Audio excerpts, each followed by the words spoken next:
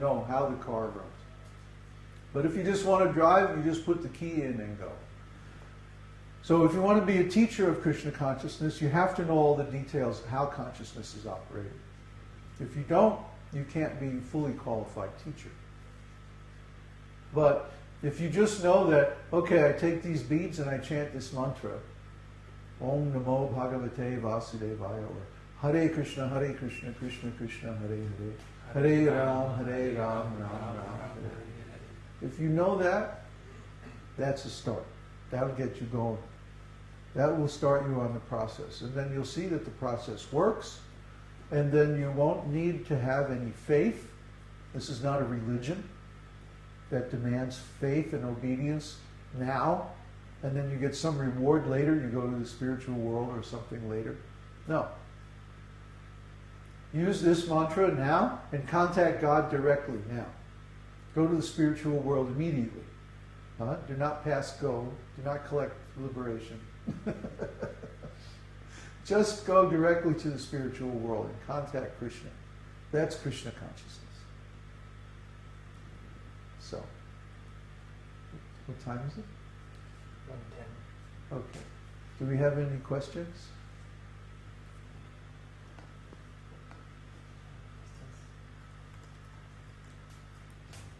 I have a question. Okay. You have to speak up so that people can hear it. You were mentioning in this talk that after we can duplicate the experience of contacting Krishna, or duplicate the experience of rasa like that, then we can get real understanding of what Krishna consciousness is and how consciousness works and how it operates like that. But before we have that expertise in replicating the experience, if we just study it, is that any good at all, or will we just misunderstand it without the experience? Well, this happens all the time. People study the scriptures, or they study Krishna consciousness as a religion, as something outside of themselves. But as soon as you begin to study Krishna consciousness within yourself as an experience, then immediately you transcend that superficial level of understanding. You transcend any need for, faith. And you come to the direct experience of Krishna. Anybody can do that. Huh? Did you find yourself enjoying today during the kirtan? That's Krishna consciousness. See? Now, if you don't just have the experience, but if you also think about your experience, analyze your experience, try to understand what created that experience, how it developed, what are the different factors, and so on. Then you will understand how you can recreate that experience at any time. See? Whether you're with others or by yourself or whatever condition of life you're in, once you understand that principle, see, somehow or other link your consciousness with Krishna. Then you can recreate that experience at any time. You don't need to be in an assembly, although it helps to be in an assembly, a sangha. It helps. Sat-saṅge means association with the truth. So when we're in association with the truth, then we naturally feel pleasure. When we're in illusion, then we're bewildered. It's really simple. See? People make this big deal out of it where they get all intellectual and, start trying to explain everything and simply going farther and farther away from the direct experience. But we say, taste this experience directly, and then we'll talk about it. then you'll have something to talk about. Otherwise, if we just explain theory, it's meaningless without the experience. Prabhupada always stressed the practical side of Krishna consciousness. Our spiritual master, he was very, very practical oriented. Now, don't just talk about theory. What's the practice? Show the practice. Directly engage people. Then you know what you're talking about. You're not just talking about abstract ideas. It's real. It's an experience that you can have You have within you, each and every one of us has the potential to approach God directly. God is within each and every one of us as the super soul. Huh? So why don't we approach him and render service and experience the sweet taste of Krishna consciousness? Because we don't know how. So if you have a little bit of association with sadhus and you learn how, you learn the process, then you can do it by yourself anytime. What's the difficulty? Right? The difficulty is that our tendency through long association of Maya is to go away from the direct experience and to get involved in all these considerations about this and that, based on false ego.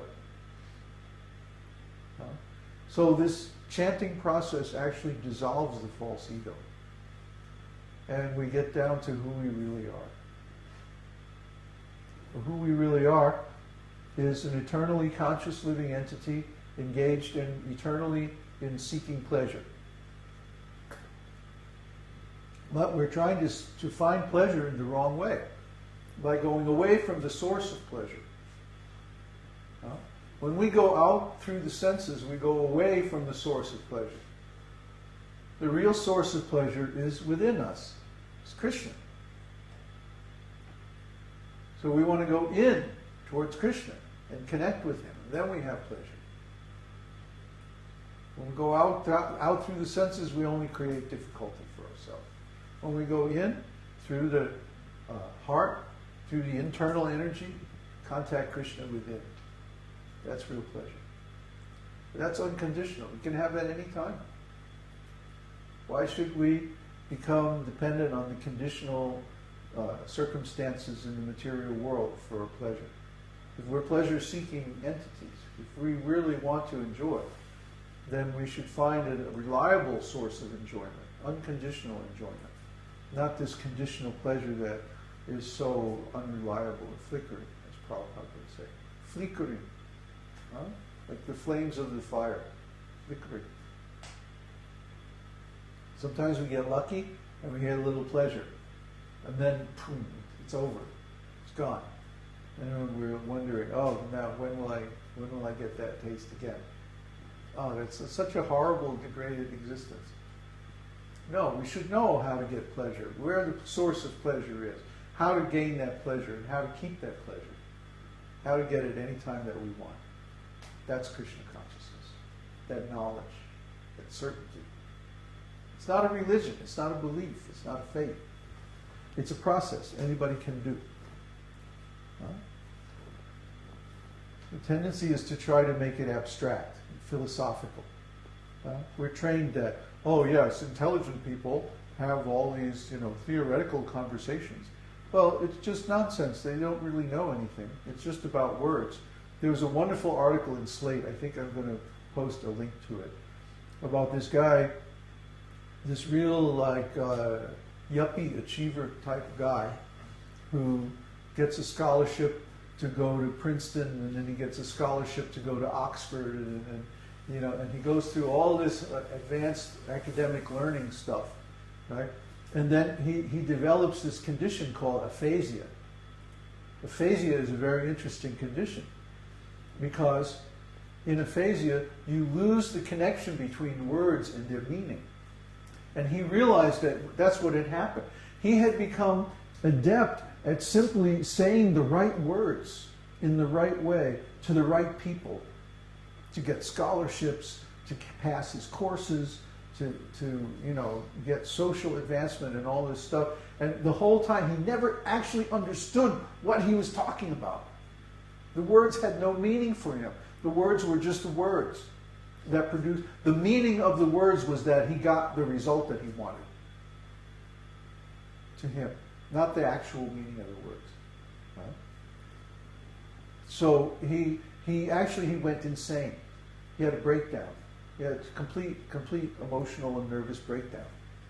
Because he realized that the way that he had been approaching life was completely bogus, completely false. It's an excellent article. I'm going to post a link to it. The poor rascal. True story.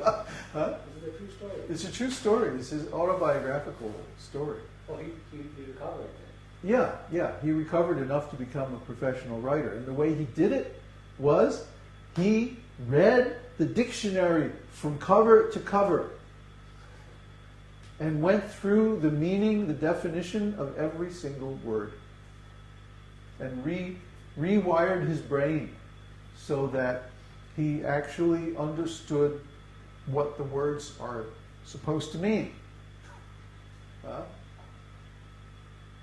He talked about how he got a degree in modern literature, modern English literature, without ever reading any of the books that were assigned. He simply